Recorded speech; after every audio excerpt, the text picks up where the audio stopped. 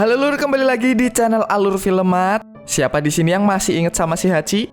Ya, karena film yang akan Mat bahas kali ini mirip sama si Hachi, tapi bedanya ini adalah film horor tentang seorang anak yang mencari ibu kandungnya. Film ini berjudul Live dan baru banget rilis di tahun 2022 kemarin. Masih suwek gerpol lah pokoknya. Film ini bercerita tentang seorang wanita muda yang mencari asal-usulnya. Dia ditinggalkan saat masih bayi di kuburan dan dibungkus dengan kain bersimbol satanis dan juga kalung salib yang terbalik.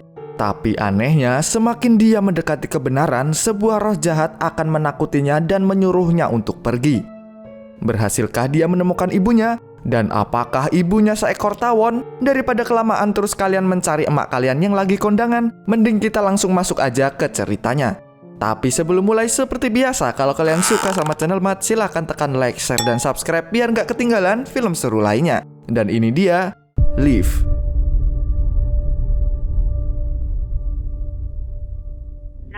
What's your emergency? It's crying. Is it your baby? It's crying. Film diawali oleh telepon darurat 911 oleh seorang wanita yang mengatakan ada seorang bayi sendirian di kuburan Joshua Hill yang sedang menangis. Perlahan seorang polisi pun menyusuri kuburan itu.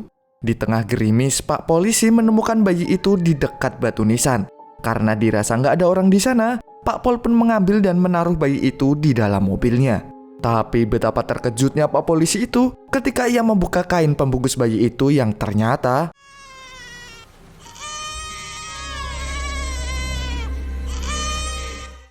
dan cerita pun dimulai, di mana si bayi tadi sekarang sudah besar dan ia bernama Hunter. Ternyata Hunter ini sedang mempersiapkan barang-barangnya untuk berkuliah di Georgetown. Diam-diam Hunter membuka kotak yang berisi kain pembungkus waktu bayi dan juga kalung salib terbalik miliknya dulu. Pelan-pelan Hunter masukin barang-barang waktu bayi tadi ke dalam tasnya biar gak ketahuan sama ayahnya. Ternyata Hunter ini menjadi anak angkat dari Pak Polisi yang menemukannya di awal film. Dan Pak Polisi itu bernama Raylan. Just picking up a book for the trip. Excited? Of course. Sang ayah kemudian mengantarkan anaknya untuk masuk ke mobil. Di sini terlihat si Raylan sangat sayang sama Hunter. Ia pun mengatakan kalau dia bangga sama Hunter karena bisa berkuliah. Tapi di sini Hunter terlihat kayak menyembunyikan sesuatu dari ayahnya.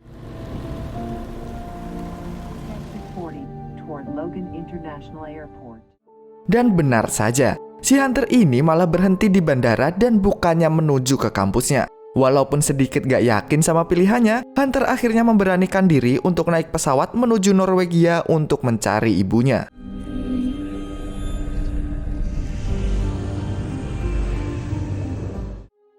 Di bandara Norwegia yang udah sepi, Hunter berniat untuk beli tiket kereta lewat mesin tiket. Tetapi waktu Hunter mau mencet tombol pesan, mesin itu pun mati dan tiba-tiba... Sorry, I can't see. Singkat cerita, setelah sampai di hotel yang udah Hunter pesan, ternyata Hunter udah membawa semua bukti-bukti tentang keberadaan ibunya. Di saat bersamaan, ia pun menerima pesan suara dari ayahnya yang sangat khawatir. Hunter pun berbohong kalau dia udah ada di kampus. Ketika ia lagi mencari info di laptopnya, tiba-tiba pintu kamar hotel berderit dan kebuka sendiri. Seperti film horor pada umumnya, ketika Hunter keluar, nggak ada orang di sana. Waktu Hunter balik lagi, ternyata laptopnya membuka sendiri sebuah web live konser, yang mana si penyanyi itu mungkin adalah ibunya.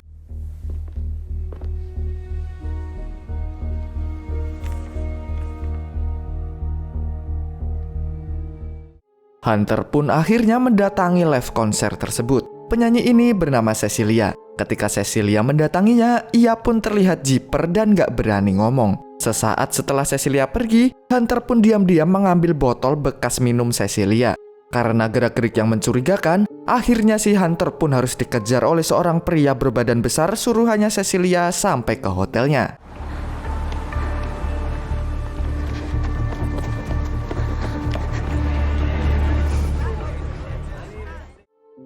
Sesampainya di kamar, Hunter seperti lagi ngambil sampel air liurnya dari penyanyi itu yang ada di botol. Lalu Hunter memasukkan sampel itu ke dalam plastik yang sepertinya akan dicocokkan sama DNA-nya si Hunter. Singkat cerita, ketika Hunter lagi bangun, tiba-tiba ia kebangun karena cahaya dari api kebakaran. Ketika Hunter mau membuka pintunya, terdengar suara yang menyuruhnya pergi dan tiba-tiba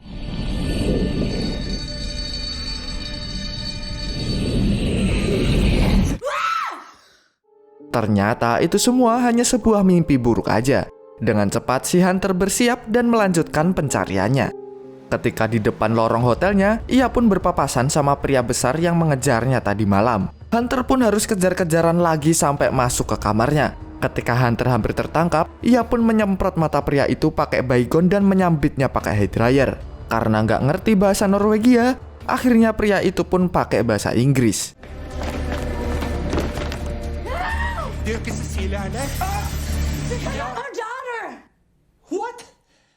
Akhirnya si pria besar membawa Hunter untuk bicara langsung sama Cecilia.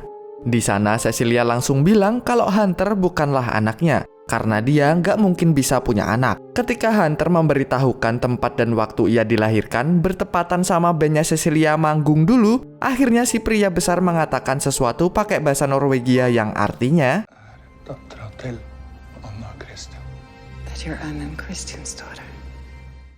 Di rumahnya Cecilia, ia memperlihatkan album foto dan menjelaskan kalau Anna dan Christian adalah orang tua kandungnya si Hunter. Ternyata si Christian ini adalah basis di bandnya Cecilia dan bersikeras membawa Anna buat ikut tur. Padahal sebentar lagi istrinya mau brojol. Setelah lahirannya, Anna dan Christian berantem hebat dan tiba-tiba Anna membawa bayinya lalu menghilang. Ketika selesai tur, Christian kembali mencari Anna tapi sayangnya bayinya menghilang. Di sana Christian menyangka kalau Anna udah ngebunuh si bayi.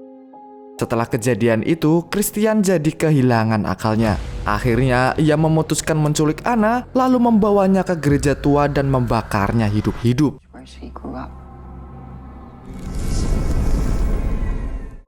Akhir cerita, Cecilia memberitahu kalau ayahnya Hunter si Christian udah selesai menjalani masa tahanan selama 21 tahun. Dan kini sedang di RSJ karena divonis mengidap sklerosis. Ya itulah pokoknya. Hunter pun masih berniat untuk menemui ayahnya di rumah sakit jiwa. Keesokan harinya, Hunter berpura-pura jadi mahasiswa jurnalis black metal supaya bisa menemui Christian sang ayah. Dia juga berpura-pura untuk melakukan wawancara. Di ruangan jenguk, Christian datang bersama seorang suster pria berbadan besar lalu memulai wawancara. Christian pun sempat mengenali wajahnya Hunter, tapi sayangnya ia nggak bisa mengingat sama sekali. Awal obrolan yang aman menjadi kacau ketika akhirnya Christian melihat kalungnya Hunter dan tahu kalau usia Hunter yang 25 tahun. Who are you? Who are you? Tell me who you are!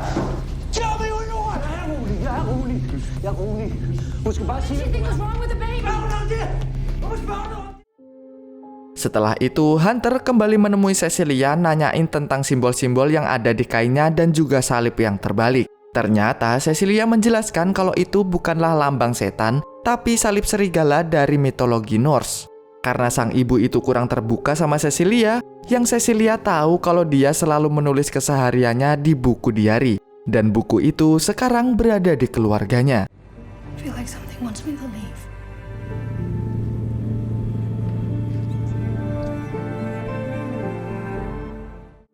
Nggak pakai lama, Hunter pun menuju rumah keluarganya Anna, yang mana secara teknis adalah keluarganya juga. Sesampainya di sana, Hunter bertemu dengan bibinya Lilian dan pamannya yang bernama Olaf. Di sana, bibi Lilian memaksanya untuk tetap menginap. Walaupun ngerasa nggak enak, akhirnya Hunter pun menginap di sana. Ketika tidur, terlihat ada seseorang yang membuka dan melihat Hunter tidur. Ketika pintu ditutup, dari kegelapan muncullah sosok hitam. Lalu pintu mulai terkunci dan kunci itu terjatuh. Dengan cepat Hunter mengambil kunci itu dan melihat tidak ada orang di luar. Tapi ketika Hunter mau tidur, tiba-tiba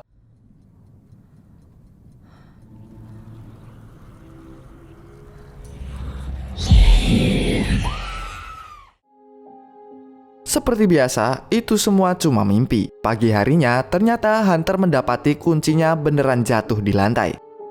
Di bawah, bibi Lilian mengenalkan anaknya yang bernama Stian, lalu mengabarkan Hunter kalau si kakek yang ditunggu sudah pulang.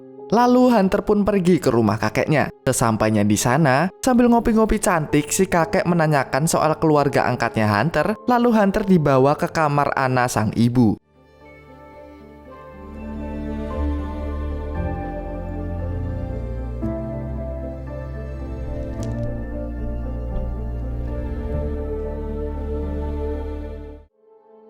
Singkat cerita, malam pun tiba. Hunter pun diajak makan malam bersama. Di sana terlihat kalau keluarganya ini adalah penganut Kristen yang sangat taat. Lalu mereka mengobrol biar semakin akrab satu sama lain. Di sana Bibi Lilian ngasih tahu ke Hunter kalau mereka juga punya anak perempuan kakaknya Stian. Tapi sayangnya udah meninggal beberapa tahun sebelum kejadian ibunya. Bibinya bilang kalau anaknya itu sangat dekat sama Anna. We had a daughter too. She and Anna were like sisters. You never forget. So Keesokan harinya, Hunter berjalan sambil ngobrol sama kakeknya. Di sana ia menanyakan keberadaan buku harian milik ibunya. Karena kakeknya tahu Hunter ini udah ngobrol sama anggota band ibunya, akhirnya si kakek menanyakan soal keimanan Hunter terhadap Tuhan. Ketika ditanya lagi mengenai buku harian, kakeknya mulai aneh dan bilang kalau semua barang-barang selain di kamar ibunya udah dibuang karena terlalu menyakitkan. Lalu si kakek meminta Hunter jangan ngebahas ibunya lagi. So about the diary, did you keep any? That's too painful.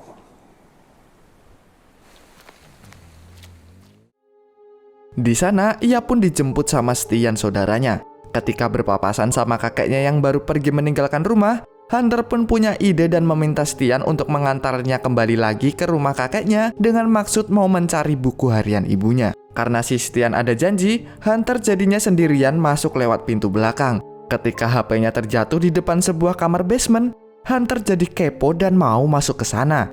Sayangnya, pintu ruangan itu masih terkunci.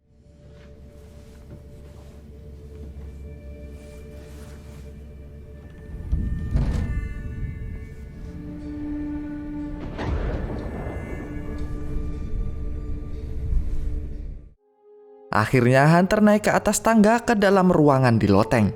Dan benar saja, ia pun menemukan sebuah buku diari. Ketika dibuka, di saat yang bersamaan juga terdengar suara mobil dari kakeknya. Dengan cepat, ia mengambil buku itu dan berniat kabur sebelum kakeknya masuk. Tapi dari ujung lorong, tiba-tiba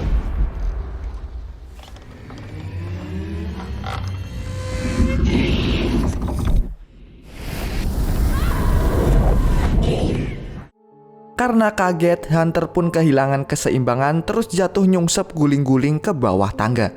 Dan tanpa ia sadari, kalung pemberian ibunya terlepas. Di saat itu juga kakeknya pun datang lalu mengambil buku harian itu dan menyuruhnya untuk pergi dari rumahnya. Dengan rasa putus asa, akhirnya Hunter minta tolong ke bibi dan pamannya. Tapi sayangnya mereka berdua tampak nggak berani sama kakeknya Hunter. Hunter yang makin kecewa pun akhirnya ngambek dan pergi dari sana. Diary? Torstein took it. Can you talk? Hvis Torstein har bestemt seg, så har han bestemt seg. Fine. Thanks for your hospitality. I'm so sorry. Akhirnya Hunter yang ngambek pergi ke kapal tempatnya si Stian.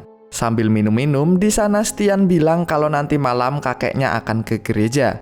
Stian juga bilang kalau dia akan membantu karena merasa bersalah sudah meninggalkan Hunter sendirian. Habis maghrib, mereka berdua pun akhirnya kembali ke rumah kakeknya Hunter untuk mengambil buku diari itu. Di lorong, ia melihat kalungnya yang tergeletak di bawah. Karena kejadian penampakan tadi, Hunter jadi takut untuk mengambilnya dan lanjut mencari buku. Hunter kemudian mencari buku itu di perpustakaan, sedangkan Stian mencarinya di ruang kerja. Di sana bukannya nyari buku, si Stian malah ngelut benda-benda berharga milik kakeknya Hunter. Ketika Hunter masuk dan memeriksa laci meja kerja kakeknya, akhirnya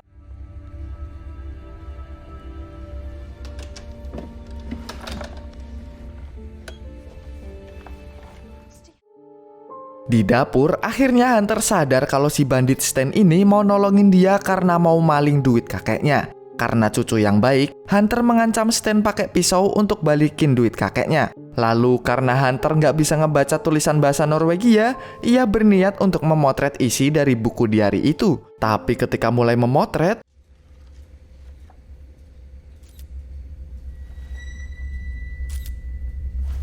What are you doing?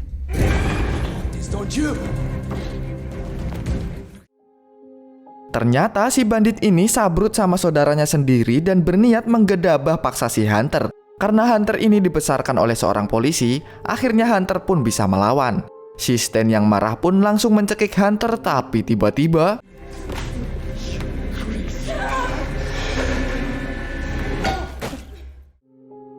Hunter pun panik karena nggak sengaja bikin Stian kepentok pinggiran meja dan bikin kepalanya berdarah. Di saat yang bersamaan, bibi dan pamannya datang untuk memeriksa. Betapa kagetnya mereka berdua melihat anaknya yang udah tergeletak di dapur. Dengan cepat, Hunter kabur sambil membawa buku diari tersebut. Hunter yang masih panik pun menelpon Cecilia, tapi sayangnya dia udah tidur. Di atas kapal, lewat pesan suara yang ia kirimkan, Hunter akhirnya jujur kepada ayahnya kalau dia lagi di Norwegia untuk mencari ibunya dan gak lagi kuliah. I just wanted to call. I'm in Norway. And now I've done something.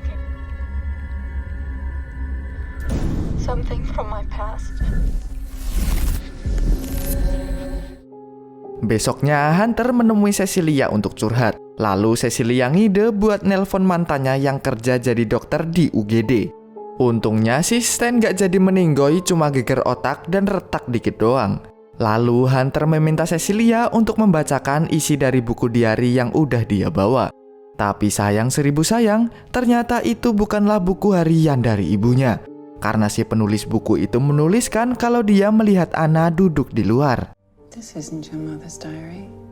I'm sorry. Anna sits outside, Anna.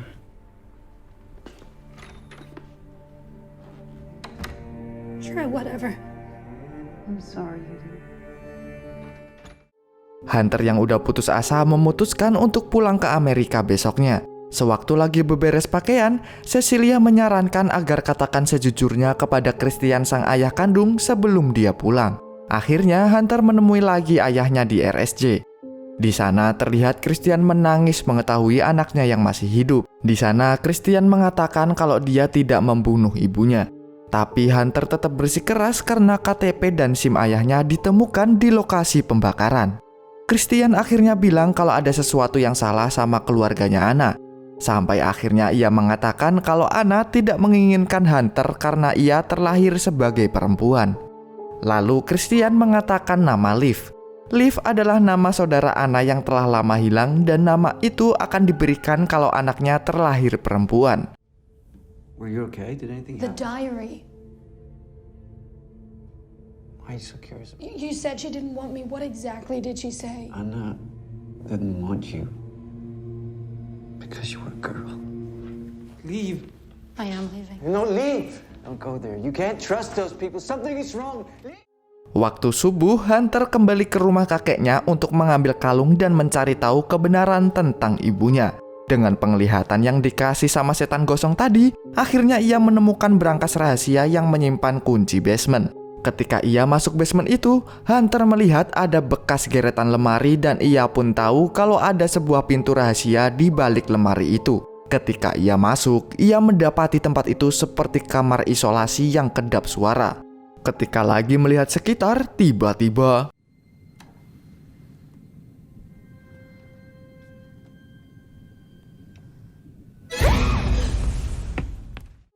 ternyata pemirsa, sosok yang ngagetin Matt barusan adalah ibunya Hunter yang masih hidup.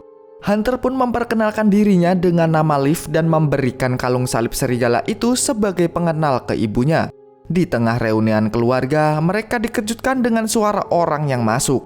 Dengan cepat, Hunter bersembunyi di balik pintu lalu menerkam dan mencekik pamannya. Dengan bantuan ibunya, ia pun mencekik pamannya sampai pingsan. Setelah pamannya pingsan, Hunter pun berniat membawa kabur ibunya. Tapi sayangnya kaki sang ibu udah diborgol dan Anna nggak tahu di mana kunci borgolnya. Tapi tiba-tiba ketika Hunter menyentuh kalungnya, tiba-tiba Hunter masuk ke alam bawah sadarnya yang gelap. Di sana, si setan gosong ternyata adalah Liv saudaranya Anna. Liv pun memberikan penglihatan tentang kekejaman keluarganya, yang mana ternyata Liv ini adalah seorang tumbal untuk menggantikan Anna agar bisa menjebak Christian. Seakan-akan Christianlah yang sudah membunuh Anna dan membakarnya hidup-hidup.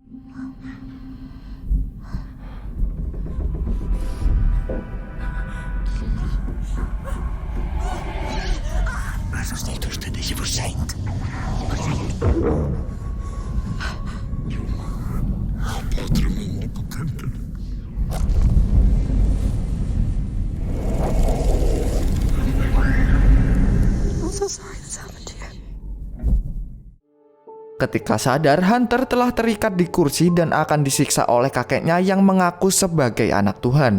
Ia pun mengambil besi yang sudah dipanaskan yang katanya akan digunakan untuk proses pembersihan. Ketika si kakek mulai menusuk Hunter pakai besi panas, tiba-tiba terdengar teriakan pamannya di luar. Ketika si kakek keluar melihat pamannya yang udah berdarah, tiba-tiba This is a cleansing. Fire accepted.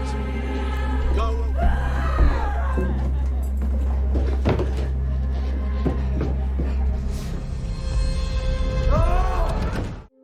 ketika ayah dan kakek ini lagi bayuan, si kakek curang pakai ngumpet segala dan menusuk perut Christian pakai gunting. Dengan perut yang udah tertusuk gunting, si ayah untuk terakhir kalinya mau menolong para wanita kesayangannya. Tapi sayangnya sang ayah harus tewas karena tusukan dari si kakek brengsek tadi. Dengan cepat ibu dan anak ini pergi kabur meninggalkan rumah itu. Dari luar mereka melihat si kakek masih belum tumbang dan lagi mencari mereka berdua. Akhirnya mereka pun mau gak mau harus berjalan kaki. Di tengah perjalanan tiba-tiba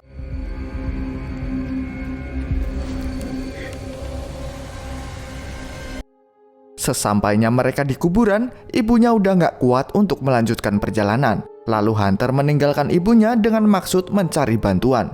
Setelah itu muncullah si kakek yang udah bawa kapak. Di tengah pencarian si kakek, dari dalam kabut muncullah Hunter yang mau nyerang kakeknya pakai setangkai kayu. Dengan cepat si kakek pun menonjok Hunter sampai pingsan.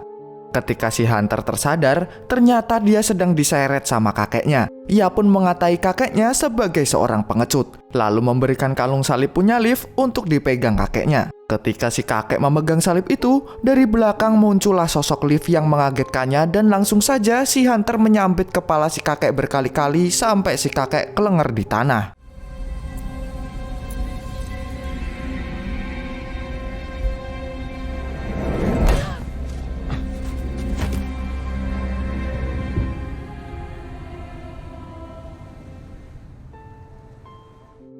Hunter pun mendatangi ibunya yang tadi kelelahan di kuburan. Di sana si ibu menjelaskan kalau dulu sewaktu ia meninggalkan bayi Hunter di kuburan, ia menunggu polisi itu datang untuk membawa bayinya. I waited in the woods so till the policeman came. I waited. Di rumah sakit, Hunter sedang menjaga sang ibu. Lalu ia kedatangan si ayah Rylan yang datang ke Norwegia untuk melihat kondisi anak kesayangannya. Lalu film pun tomat.